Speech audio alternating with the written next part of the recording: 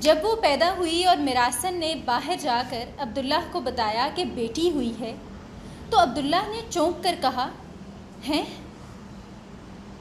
بیٹی؟ بھائی حد ہے۔ میراسن رونی صورت بنائے کھڑی رہی جیسے عبداللہ کے گھر موت ہو گئی۔ پھر جب اس نے دیکھا کہ عبداللہ نے اپنا سر گھٹنوں پر رکھ لیا ہے تو وہ چپ چاپ واپس چلی آئی، مگر ابھی صحن کے وسط ہی میں پہنچی تھی کہ عبداللہ اس کے پاس سے بگولے کی طرح نکل گیا اور بند دروازے پر جا کر پکارا، بالی ذرا میری بات سننا۔ آہستہ سے کواڑ کی چول جیسے ہائے کہہ کر رہ گئی اور عبداللہ کی بہن نے ڈر کر کواڑ کو وہیں روک لیا، جیسے وہ ذرا سا اور کھلا تو بین کرنے لگے گا۔ وہ بڑی احتیاط سے ایک طرف سے ہو کر باہر آ گئی۔ عبداللہ نے بالی کا ہاتھ پکڑ لیا۔ کیوں؟ خیر منہ سے نکالنا۔ بالی کی آنکھوں میں بہت سے آنسو قطاروں میں گر پڑے۔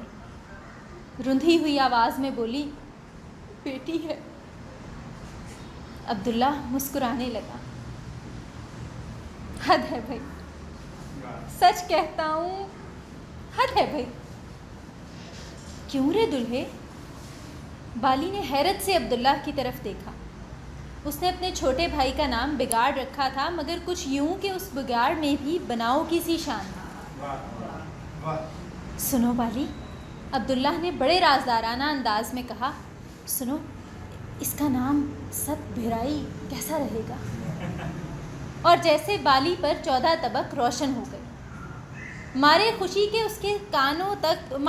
کے سرخی اس کے کانوں تک دوڑ گئی اور وہ ادھ کھلے کواڑوں کی طرف لپکی اور مسکراتا ہوا عبداللہ باہر جانے لگا۔ صحن کے ایک طرف کھڑی ہوئی میراسن کا چہرہ بالکل خالی ہو کر رہ گیا تھا اور وہ بالکل الو لگ رہی تھی۔ صحن کی پرلی طرف جا کر عبداللہ رکا، پھر تیزی سے پلٹا اور بند دروازے کے پاس جا کر پکارا، بالی ذرا میری بات سننا۔ کواڑ کی چول جیسے واہ کہہ کر رہ گئی اور اب کے بالی کا صرف سر باہر نکلا۔ وہ ابھی تک مسکرا رہی تھی۔ کیا ہے دلہے؟ اس نے سرگوشی میں کہا، بار بار کیوں بھاگے آتے ہو؟ لوگ کیا کہیں گے کہ ادھر اولاد ہوئی ادھر بھاگے آئے؟ شرم کرو۔ عبداللہ بولا، حد کرتی ہو۔ پھر آہستہ سے کہا، میں یہ پوچھنے آیا تھا کہ کیسی ہے بٹیا؟ چاند کی ٹکڑی ہے۔ بالی کی آواز سرگوشی کی حدوں کو پھاند گئی۔ جہاں پڑی رو رہی ہے جیسے لالٹین بڑی جل رہی ہے۔ چپا چپا بھر تو پلکیں ہیں اور آنکھیں تو جیسے ہیر سیال کی مانگ لائی ہیں۔ بس چلو اب دفع ہو۔ اور اس نے کواڑ بند کر دی۔ اور اگرچہ ست بھرائی کے متوقع 7 بھائی کبھی نہ آئے، مگر عبداللہ اور اس کی بیوی نیکا نے ست بھرائی کو وہ ساری محبت دے ڈالی جو بصورت دیگر 7 بھائیوں میں بٹ جاتی۔ اس کی پھپھی نے پہلے روز اس کی جو تصویر کھینچی تھی وہ دراصل ایک ہلکا سا خاکہ تھا۔ اصل میں ست بھرائی کی تخلیق کرتے ہوئے قدرت نے اپنی حسن کاری پر کوئی الزام لینا نہیں چاہا تھا۔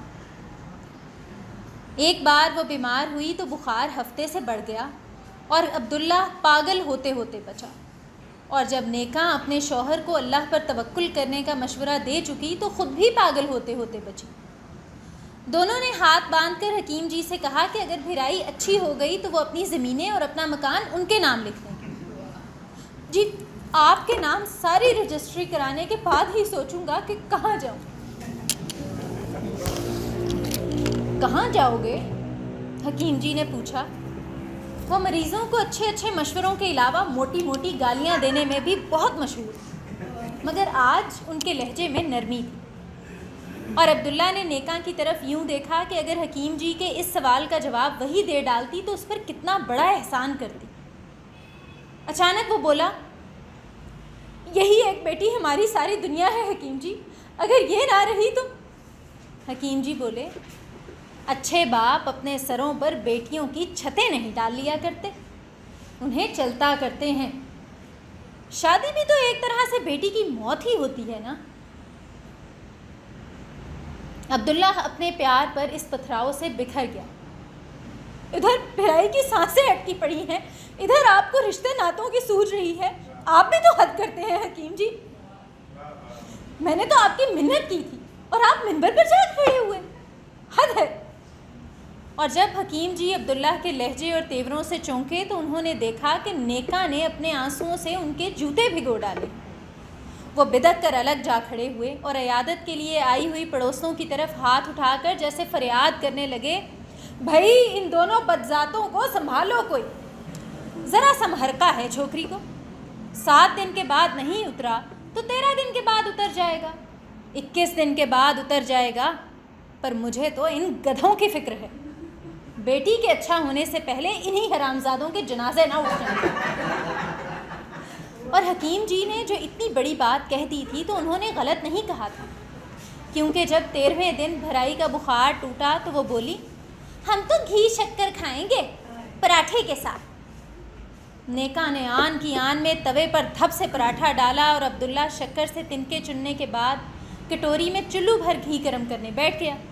ادھر سے حکیم جی آ گئے.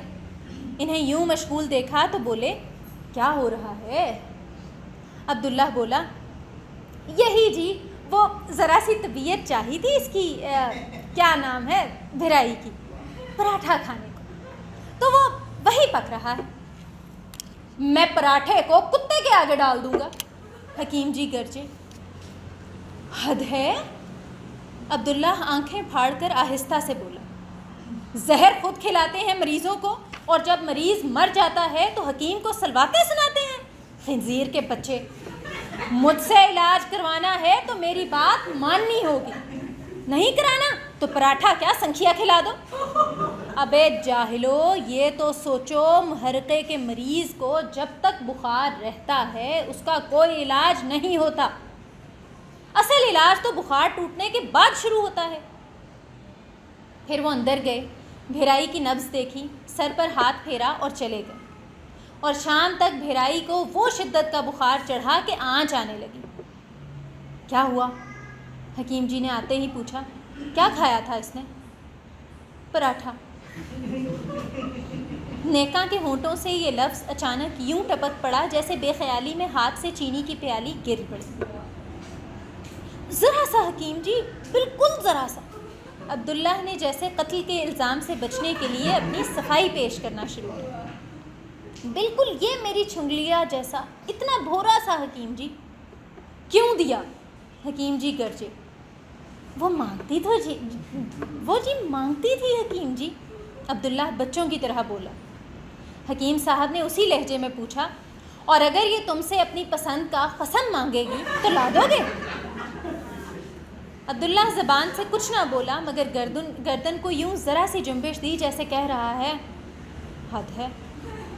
لا دو گے حرام زادو؟ حکیم جی تو ہاتھ دھو کر ان کے پیچھے پڑ گئے. اندر بھرائی بڑبڑانے لگی، مجھے تو نیند آئی ہے، نیند پیس لینا، کل پیس لینا، آج کوئی بارات آنا ہے کہ چکیاں چلے جا رہی ہیں. چکیاں؟ نیکا نے آنکھیں پھاڑ کر حکیم جی کی طرف دیکھا. چکیاں چل رہی ہیں جی؟ کہاں چل رہی ہیں؟ عبداللہ نے بھی حکیم جی سے پوچھا. تمہارے نصیبوں میں چل رہی ہیں. حکیم جی نے کندھے کا نیلا رول ہاتھ میں لے کر آنکھیں، ناک اور داڑھی صاف کی. بھگتو حرامزادو بھگتو. اپنا کیا کیسا ناچتا ہوا سامنے آیا ہے. بھگتو. اب اس کے جہیز میں سے کفن کے لیے کوئی کپڑا نکال رکھو. حکیم جی! عبداللہ یوں چیخا جیسے اس کے حلق سے چھوٹی بڑی آوازوں کا ایک فوارہ ایک فراٹے سے ابل پڑا. قسم ہے قرآن مجید کی، حکیم ہو گئے اپنے گھر میں ہو گئے. ایسی بات پھر منہ سے نکالی تو عرق نکال دوں گا. حد ہو گئی یارو. اور وہ تڑ سے گر کر بے ہوش ہو گیا. اور نیکا اس سے پہلے چپ چاپ بے ہوش ہو چکی. ان کی بے ہوشیوں، بڑبڑاہٹوں اور رت جگوں کا یہ سلسلہ ہفتے بھر تک جاری رہا. بالی نے یہ خبر سنی تو اپنے گاؤں سے بھاگتی آئی. علاقے بھر میں یہ بات مشہور ہو گئی کہ بخار بیٹی کے ہوا ہے اور گرمی ماں باپ کے دماغوں میں چڑھ گئی. بیٹیاں اپنے ماں باپ کی ذرا سی گھرکی سن کر جو ارد گرد رہتی تھیں وہ کہنے لگیں، ایک وہ بھرائی ہے خوش نصیب اور ایک ہم ہیں کم بختیں. کٹورے سے ذرا سی لسی چھلک گئی اور ماں باپ جان کو آ گئے۔ ہل چلاتے ہوئے کسانوں اور حقہ پیتے ہوئے چوپالیوں سے لے کر تھانے کے سپاہیوں اور تحصیل کے محرروں تک میں یہ بات مشہور ہو گئی تھی کہ جیسے کہیں 8 ٹانگوں والا بچڑا پیدا ہو گیا۔ بخار ٹوٹنے کے بعد بھرائی اتنی تیزی سے تندرست ہونا شروع ہوئی کہ چند ہی دنوں میں جیسے مساموں سے خون پھوٹ نکلے گا۔ اسے گنگنانے کی بھی عادت ہو گئی تھی۔ جھاڑو دیتے ہوئے، چکی پیستے ہوئے، آٹا گوندتے ہوئے وہ مسلسل گنگناتی رہتی، اور جب عبداللہ اور اس کی بیوی نے دیکھا کہ یہ گنگناہٹ بلند ہوتی جا رہی ہے تو ایک دن عبداللہ نے کہا، دیکھو بیٹی، یوں گایا نہ کرو۔ کیوں؟ بھرائی نے پوچھا۔ اچھا نہیں ہوتا، عبداللہ نے ازلی و ابدی دلیل دی۔ کیوں اچھا نہیں ہوتا؟ بھرائی نے اسی لہجے میں پوچھا۔ بس نہیں اچھا ہوتا بیٹی، ماں نے فیصلہ سنایا۔ کیوں؟ ہم تو گائیں گے۔ عبداللہ گردن کو حد ہے کہ جنبش دے کر رہ گیا، اور نیکا نے ہنس کر کہا، میری بیٹی کتنی پیاری لگتی ہے ضد کرتے ہوئے۔ ضد کرتے ہوئے وہ سچ مچ بڑی پیاری لگتی تھی۔ چپ چاپ جھاڑو دے رہی ہوتی کہ ایک دم جھاڑو کو پٹک دیتی اور کہتی، ہائے آگ لگے اس جھاڑو کو، مجھے ہتھیلے کاٹے لے رہی ہے۔ عبداللہ کے سر میں تیل ملتے ملتے اچانک ایک طرف ہٹ جاتی۔ تم خامخواہ ابا جان بوجھ کر اپنی زبان سے کہتے ہی نہیں کہ بند کرو۔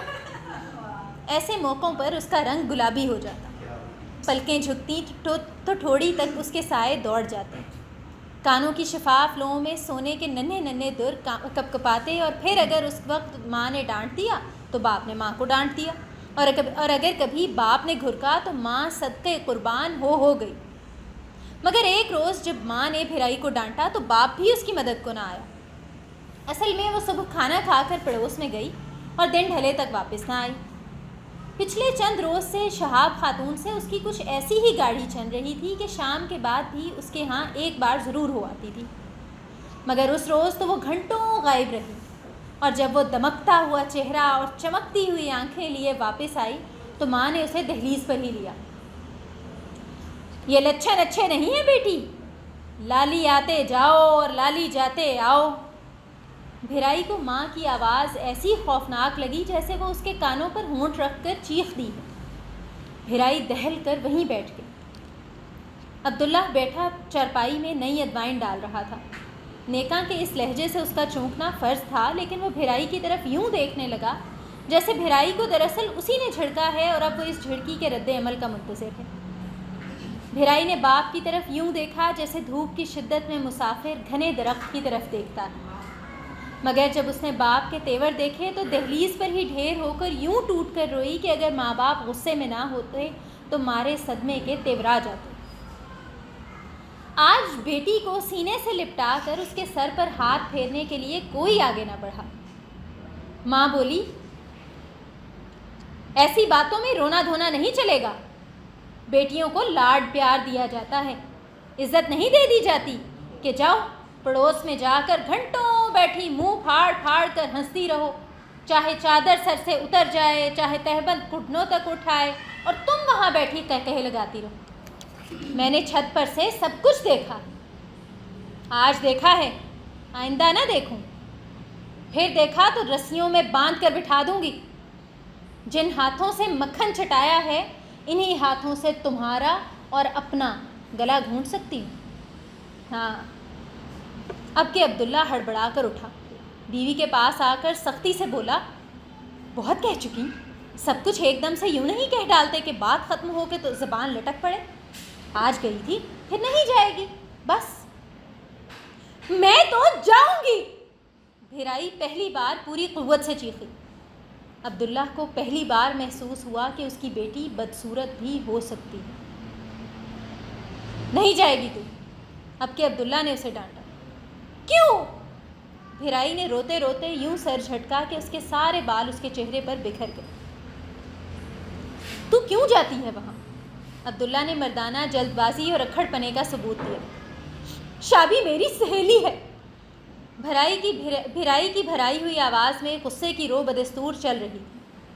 اب کہ نیکا بولی، وہ تمہاری سہیلی ہے تو تمہارے یہاں آ کر کیوں نہیں بیٹھتی تمہارے پاس؟ یہاں کوئی اسے تاکنے والا بیٹھا ہے جو ہمارے صحن میں آتے ہوئے اس کے پاؤں کی مہندی اتری جاتی ہے؟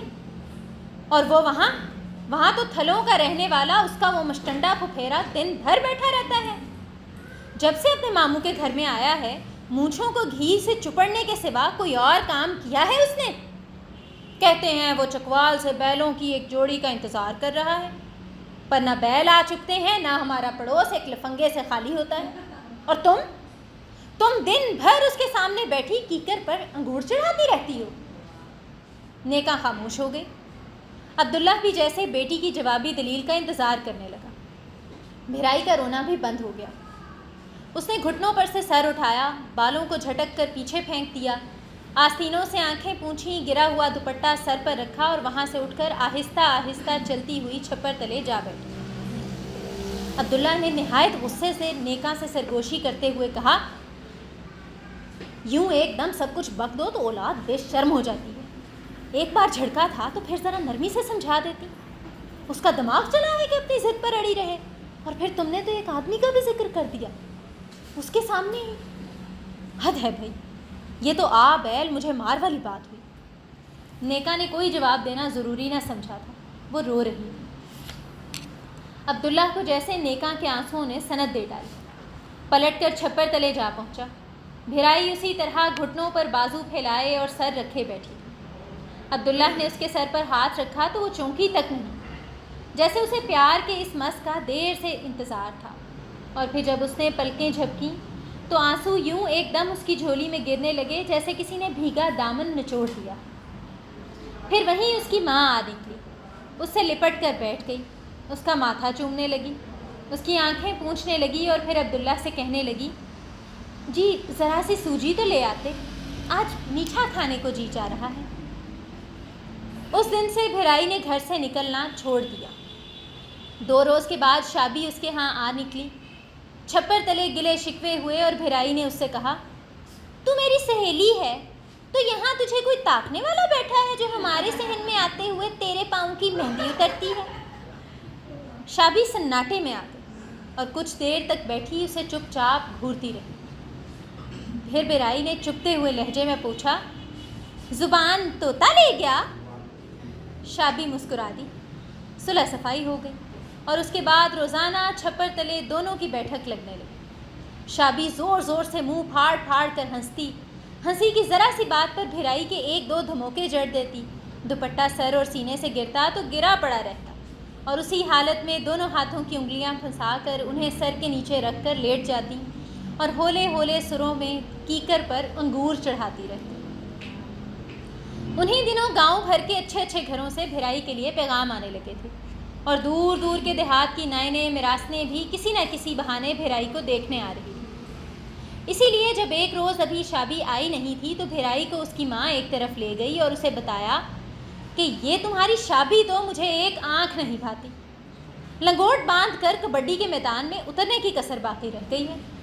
ویسے تو یہ تمہاری سہیلی سب گنوں میں پوری ہے، آج کل ذرا ویسے بھی لوگ زیادہ آ جا رہے ہیں، اس لیے احتیاط ضروری ہے، سمجھ گئی نا؟ نہیں۔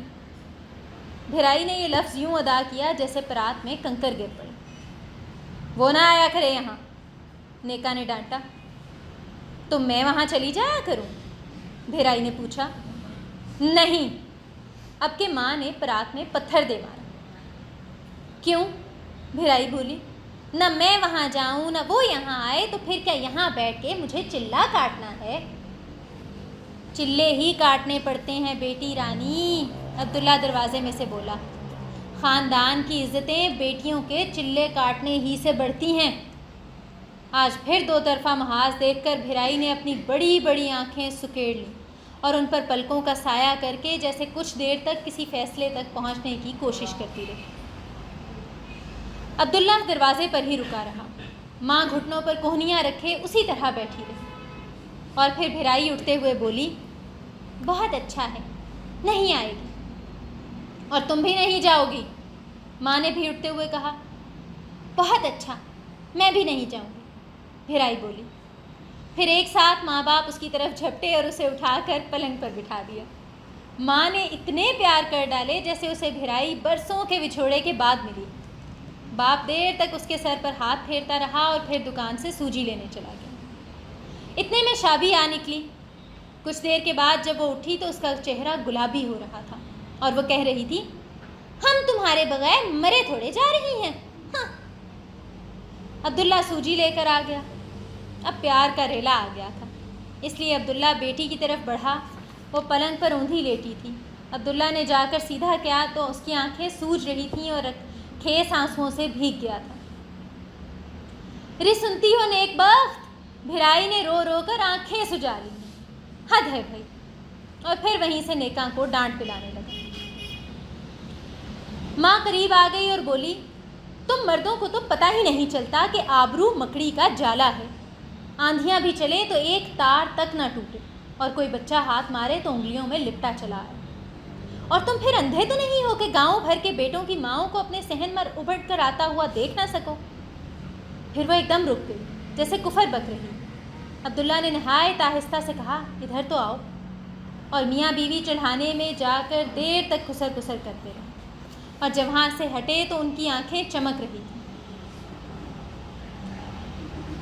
اس دن کے بعد سے بھرائی نے گھر سے باہر کبھی قدم نہ رکھا اور نہ شابی اس کے گھر آئی۔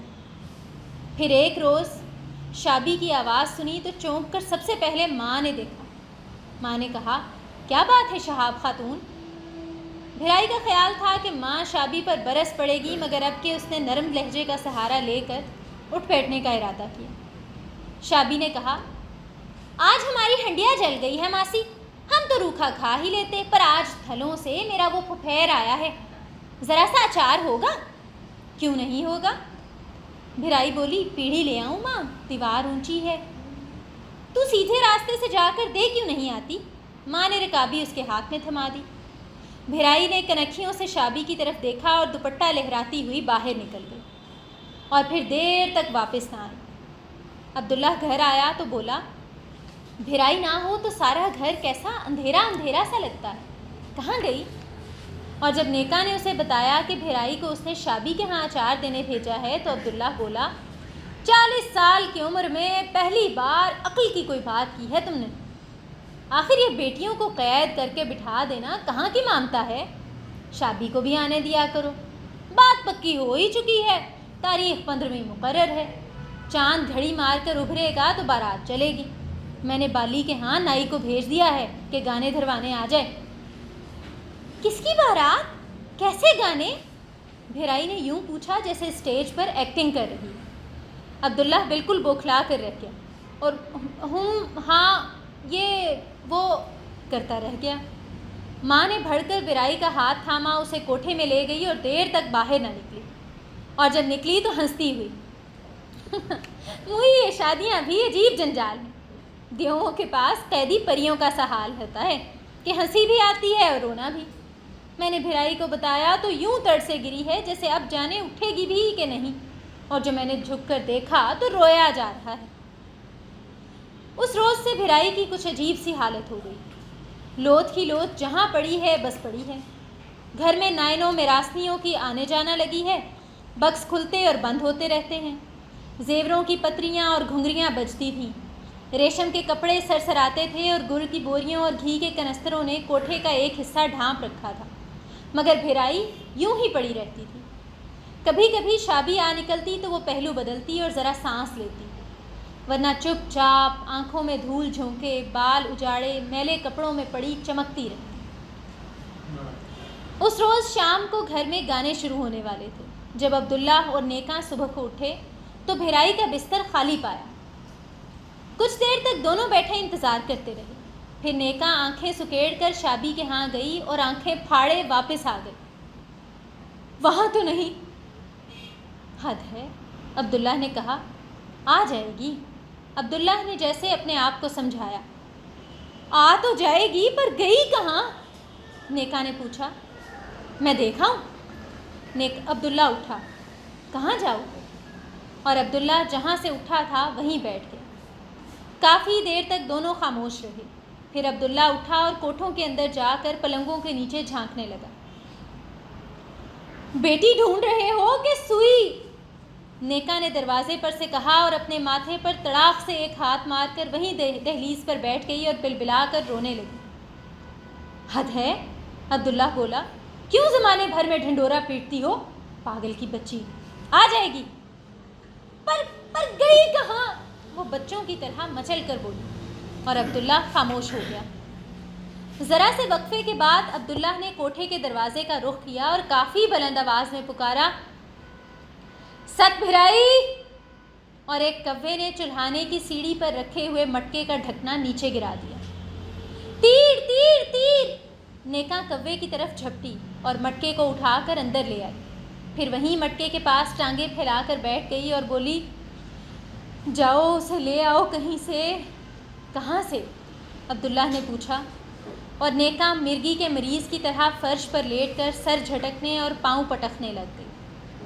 شام تک سارے گاؤں میں مشہور ہو گیا کہ بھرائی بھاگ گئی۔ شام تک گھبرا گھبرا کر پانی پیتے ہوئے میاں بیوی نڈھال ہو کر نیم بے ہوش سے ہو گئے، اور تھکی ماندی نووارد بالی ان کے چہروں پر پانی چھڑکتے چھڑکتے بے حال ہو گئی۔ وہ گانے دھروانے اور میراسنوں کے منہ میٹھا کروانے آئی تھی۔ مٹھائی کا دونا چولانے کی سیڑھی پر رکھا تھا، اور باہر گلی میں گاؤں کے نوجوان یوں بکھرے کھڑے تھے جیسے بھرائی کو بھگا لے جانے والا سب کو ننگا کر کے چلتا بنا۔ دنوں تک کچھ پتہ نہ چلا کہ بھرائی کہاں گئی۔ دنوں تک لوگ گاؤں کے کنووں میں سے کسی کے کراہنے کی آواز سنتے رہے، اور دنوں تک حکیم جی یقین سے نہ کہہ سکے کہ عبداللہ اور نیکا بچے گے بھی یا نہیں۔ پھر ایک دن عبداللہ کے نام خط آیا، جسے حکیم جی نے پڑھ کر سنایا۔ لکھا تھا، جناب والد صاحب قدم بوسی، آداب کے بعد عرض ہے کہ میں خیریت سے ہوں، اور آپ کی خیریت خداوند تعالیٰ سے نیک مطلوب ہے۔ صورت احوال یہ ہے کہ میں اپنی مرضی سے شابی کے پھپھیر کے ساتھ یہاں تھلوں میں چلی آئی ہوں۔ میں نے شادی کر لی ہے اور بڑے راضی خوش ہیں۔ امید ہے آپ ناراض نہیں ہوں گے اور مجھے معاف کر دیں گے۔ اولاد سے غلطیاں ہو ہی جاتی ہیں۔ آپ نے اجازت دی تو آپ کے پاس چلی آؤں گی۔ والدہ صاحبہ کو قدم بوسی اور مضمون واحد، آپ کی گناہگار بیٹی، ست بھرائی۔ حد ہے، عبداللہ نے بستر سے اٹھتے ہوئے کہا، کتامہ، حرام زادی! نیکا نے کروٹ بدلتے ہوئے چنگھاڑ چنگھاڑ کر روتے ہوئے کہا۔ اس کے بعد اچانک وہ سنبھلنے لگے، اٹھ بیٹھے، چلنے پھرنے لگے، اور چند روز کے بعد انہوں نے بالی کو بہت سے کپڑے دے کر اسے اپنے گاؤں واپس بھیج دیا۔ راتوں کو وہ دونوں بھرائی کے جوتوں، چولوں اور دوپٹوں کو سامنے رکھ کر روتے، اسے گالیاں دیتے، اس کے شوہر کی پشتیں توم ڈالتے، اور نیکا کہتی، یہ سارا کیا دھرا اس کا ہے جو ہمارے پڑوس میں رہتی ہے، اس کی سہیلی۔ میں نہیں کہتی تھی کہ منہ پھاڑ کر ہنسنے والے کپڑے پھاڑ کر نکل جاتے ہیں؟ پر وہ نہ نکلی، خود نہ نکلی، پر نکلوایا تو ہے نا، تمہیں نے۔ میں نے؟ عبداللہ نے کہا، تم ہی اس پر پہرا دیتی تھی، کھلا چھوڑ دیتی۔ آج بکواس مت کرو، خود کرتی ہو اور میں کہتی ہوں بکو مت۔ لو اور سنو، حد ہے۔ مگر ایک روز ماں کے ذہن میں جانے کیا آئی کہ وہ آدھی رات کو بولی، دلہے، اے سنے ہو؟ کیا ہے؟ اس نے پوچھا۔ سوئے نہیں؟ نہیں۔ سنو، یہ جو شابی کا پھپھیر تھا تو یہ کچھ ایسا برا بھی نہیں تھا۔ عبداللہ خاموش رہا۔ کچھ دیر کے بعد وہ بولا، ٹھیک کہتی ہو، برا تو نہیں تھا، پر برا کر گیا۔ ہاں، برا تو کیا اس نے۔ پھر دونوں سو گئے۔ سنو، ایک رات عبداللہ نے بیوی کو پکارا۔ کیا ہے؟ نیکا نے پوچھا۔ سوئی نہیں؟ نہیں۔ اس کے اب تک کتنے خط آ چکے ہیں؟ 4۔ تو ہم بھی اسے ایک خط نہ لکھ ڈالیں؟ کیسا خط؟ کہ ہم نے تم کو بخشا۔ بیٹی کے ننگا ہو جانے کو بھی کوئی بخش سکتا ہے پگلے؟ ہم بخشیں گے، دنیا تو نہیں بخشے گی نا۔ ہاں، دنیا تو نہیں بخشے گی۔ سو جاؤ۔ پھر ایک روز انہیں ایک خط ملا۔ جناب والد صاحب قدم بوسی، آداب کے بعد عرض ہے کہ آپ کو سن کر خوشی ہوگی کہ آپ کو خدا نے ایک نواسا دیا ہے۔ آپ کو مبارک ہو۔ والدہ صاحبہ کو قدم بوسی اور مضمون واحد، آپ کی بیٹی ست بھرائی۔ اس روز نیکا دن بھر بیٹھی چکی پیستی رہی اور عبداللہ نے اتنی چلم پی کہ ہفتے بھر کا تمباکو ایک دن میں پھونک ڈالا۔ شام کو وہ ذرا دیر کے لیے باہر گیا اور جب آیا تو نیکا نے پوچھا، یہ تمہاری بغل میں کیا ہے؟ تمباکو ہے، اس نے کہا اور کوٹھے کے اندر چلا گیا۔ نیکا اس کے پیچھے لپکی۔ عبداللہ پلنگ پر بیٹھ گیا مگر پھر اچانک اٹھ کر بولا، کھیس کے نیچے کیا ہے؟ کچھ نہیں۔ نہیں کچھ تو ہے، اس نے کہا اور کھیس اٹھا دیا۔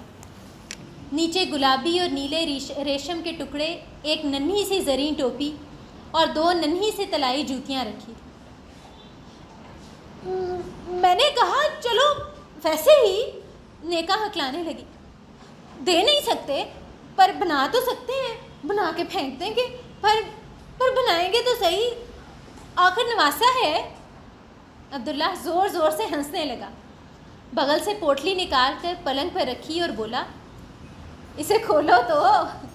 اور جب نیکا نے پوٹلی کھولی تو اس میں ریشمی کپڑوں کے بہت سے ٹکڑوں کے علاوہ مخمل کی ننھی سی واسکٹ رکھی تھی۔ دونوں ایک ساتھ جیسے دھماکے کے ساتھ ہنسے اور پھر یوں ہی ہنستے ہوئے ایک دوسرے سے لپٹ گئے، اور پھر نیکا نے بھرائی کے جہیز کے صندوق بھی پلنگ پر کھول کر رکھ دیے۔